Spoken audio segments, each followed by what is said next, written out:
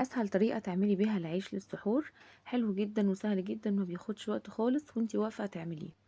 كمان مكوناته سهله جدا، ولا هتعمليه بلبن ولا هتعمليه بلبن باودر ولا اي حاجه، شويه دقيق وشويه ميه بس، اهم حاجه تخدمي العجين صح وهيطلع ناجح من اول مره.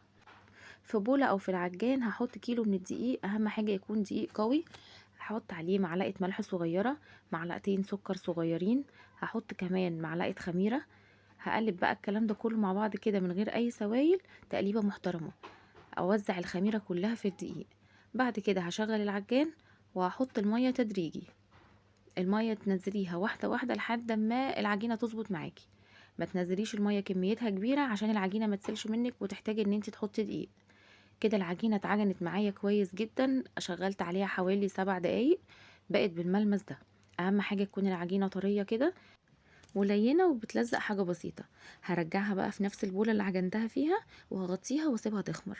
بعد نص ساعه اختمرت كده واتضاعفت حجمها، بفضي الهواء اللي فيها وبحطها قدامي على الرخامه.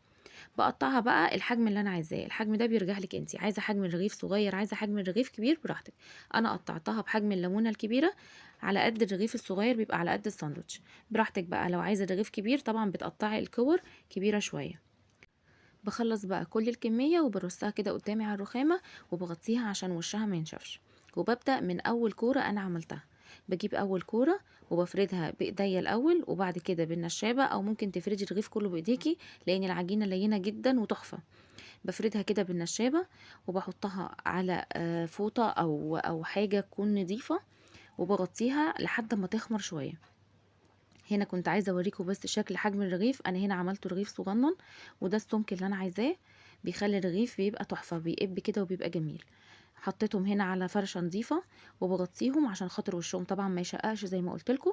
وببدأ برضو من اول رغيف انا فردته، بحطهم كده في الفرن او على البوتاجاز من فوق، بس في الفرن بيبقى اسهل واسرع. بيبقى بقى شكله بالمنظر ده، حلو جدا وسهل وهتحبوه قوي قوي قوي، واحسن من العيش اللي بيتباع بره. يا رب وصفتي النهارده تكون عجبتكم، بس لو عجبتكم ما تنسونيش باللايك والشير والسبسكرايب. والسلام عليكم ورحمة الله وبركاته.